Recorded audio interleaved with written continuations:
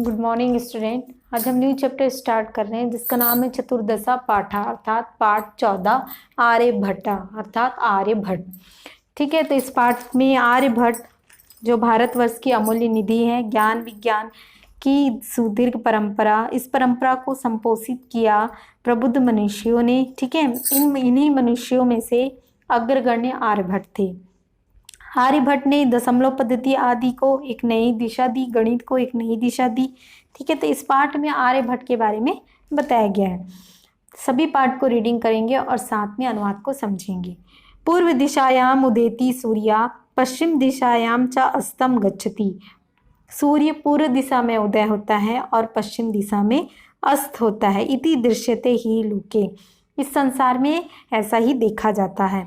परम न अनेन अवबोध्यम अस्ति यत् सूर्यो गतिशील इति। अब यहाँ पे बताया गया है कि परंतु इससे यह जानना नहीं चाहिए कि सूर्य गतिशील है, मतलब इससे यह नहीं जाना जा सकता कि सूर्य गतिशील है। सूर्यो अचला पृथ्वी च चला या स्वकीय अक्षे गुणति इति सांप्रतम सुस्थापिता सिद्धांता। सूर्य अचल है, ठीक है, और पृथ्वी चल है, यह अपने अक्ष पर घूमती है। यह अब सुस्थापित सिद्धांत है। अर्थात सूर्य क्या है? अचल का मतलब होता है एक जगह पर स्थिर होना, जो चल नहीं सकता, और चल का मतलब होता है जो गतिशील है, जो चल रहा है। तो सूर्य क्या है? एक जगह पर स्थिर है, और पृथ्वी क्या है? गतिमान है। सिद्धांतो अयम प्राथम्येन येन प्रवर्तिता सा आसीत महान गणितज्ञ ज्योतिर्विच आर्यभट्ट। इस सिद्धांत को सर्वप्रथम संपादित करने वाले वह महान गणितज्ञ ज्योतिर्विच कौन थे? आर्यभट्ट थे। पृथ्वी स्थिरा वर्तते इति परंपराया प्रचलिता रूढ़ी तेन प्रत्यादिष्टा। पृथ्वी स्थिर है, इस परंपरा को उन्होंने क्या किया? तोड़ा। तेन उदाहत यद गतिशीलायाम नौकायाम उपविष्टा मानवा नौकाम स्थराम अनुभवती। ठीक है, तो इस उदाहरण को तोड़ने मतलब उन्होंने उस पहले के समय में जो एक परंपरा बता दी गई थी कि क्या है? पृथ्वी स्थिर है, इस परंपरा को तोड़ने के लिए उन्होंने एक उदाहरण दिया। जिस प्रकार गतिशील नौका में बैठा मनुष्य यह सोचता है कि वह नौका स्थिर है और बाकी वस्तुएं क्या है? गतिमान है, बाकी पदार्थ गतिमान है, परंतु ऐसा नहीं होता। एवमेव गतिशीलायाम पृथ्व्याम अवस्थिता मानवा पृथ्वी स्थरानुभवती सूर्यादि ग्रहान च गतिशीलान वेत्ति।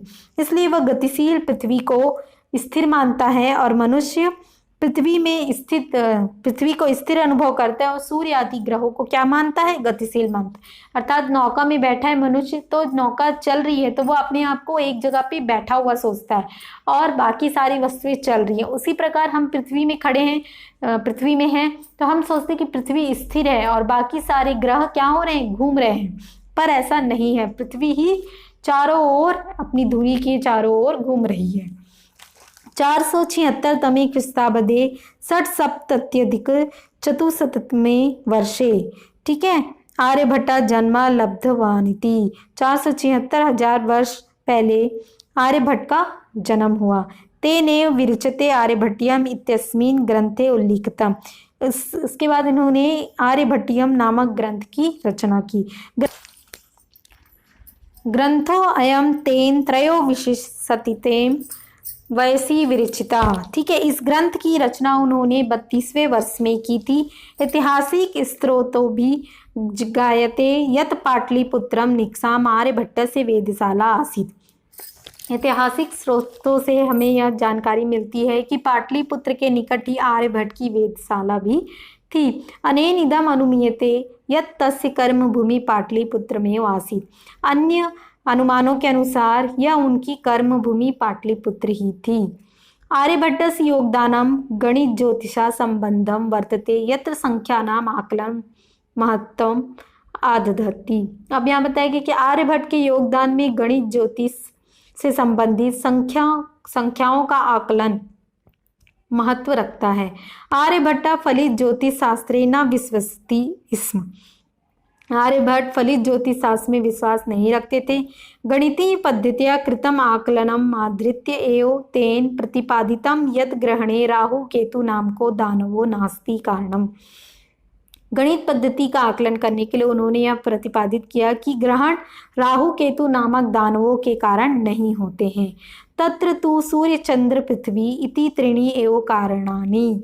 यहाँ सूर्य चंद्रमा पृथ्वी इन तीनों के कारण ही ग्रहण होता है। सूर्यं परितः भ्रमन्त्या पृथ्व्या चंद्रस्य परिक्रमा पथेन संयोगात् ग्रहणं भवति।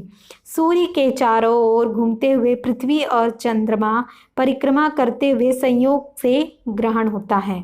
यदा पृथ्व्यां छायापतेन चंद्रस्य प्रकाशः अवरुध्यते तदा चंद्र ग्रहणम भवति। अब यहाँ बताया कि जब पृथ्वी की छाया चंद्रमा के प्रकाश को रोकती है तब चंद्र ग्रहण होता है। जब पृथ्वी की छाया चंद्रमा के प्रकाश को रोकती है तब चंद्र ग्रहण होता है। अवरुध्यते मतलब रोकना, बाधा करना।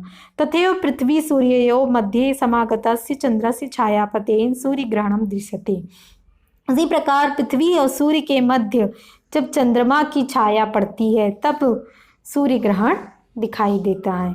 समाजे नूतनानां विचाराणां स्वीकारेण प्रायः सामान्य जना काठिन्यम अनुभवंती। अब यहाँ बताया कि समाज में नए विचारों को स्वीकारने के लिए प्रायः सामान्य लोगों को क्या होता है, कठिनाई का अनुभव होता है। अर्थात समाज में कुछ नए विचार बताते हैं वालों को हमेशा कष्ट ही झेलना पड़ता है।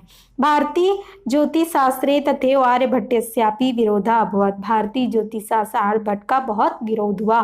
तस्य सिद्धांता उपेक्षिता, उनके सिद्धांतों की भी उपेक्षा की गई। स पंडितम नयानाम उपहास पात्रम जाता, कुछ पंडित उनका उपहास भी किया। पुनरपि तस्य दृष्टि कलाति गामिनी दृष्टा, फिर भी उन्होंने समय को लांघने वाली दृष्टि को देखा। आधुनिके वैज्ञानिके तस्मीन तस्य च सिद्धांते समादरा प्रकटिता। आधुनिक वैज्ञानिक ने उनके सिद्धांतों का आदर के साथ सम्मान दिया। अस्मादेव कारणात् अस्माकं प्रथमो उपग्रहस्य नाम आर्यभट्ट इति कृतम्। इन्हीं कारणों के कारण हमारे प्रथम उपग्रह का नाम आर्यभट्ट रखा गया। वस्तुतः भारतीयाया गणित परंपराया अथ च विज्ञान परंपराया असौ एका शिखर पुरुषा आसीत्। इसलिए भारतीय गणित परंपरा और विज्ञान परंपरा दोनों में के लिए ये एक शिखर पुरुष थे। ठीक है, तो इस पाठ में आर्यभट्ट के गुणों के बारे में बताया कि किस प्रकार उन्होंने अपने सिद्धांतों का प्रतिपादन किया। ठीक है, उसे प्रतिपादित किया कि ये इस प्रकार है, ऐसा करके। ठीक है, उसके बाद हम आते हैं कठिन शब्द। उदेति दृश्यते यत् सूर्यो सांप्रतम सिद्धांता प्रथम्येन प्रवर्तिता उपविष्टा रूढ़ी ज्योतिर्विच्चा ग्रंथोऽयं भ्रमंत्या अवरुध्यते उपेक्षिता। ठीक है, तो इस प्रकार ये कठिन शब्द हुए। उसके बाद शब्दार्थ आप बुक से नोट करेंगे और पाठ का अनुवाद का PDF हम भेजेंगे। अब है एक पदेन उत्तरत्। सूर्य कस्य दिशायाम उदेति, सूर्य कौन सी दिशा से उत्पन्न होता है? पूर्व दिशा से उदय होता है। आर्यभट्ट से वेदशाला कुत्र आसीत्, आर्यभट्ट की वेदशाला कहाँ थी? आर्यभट्ट की वेदशाला पाटलिपुत्र में थी।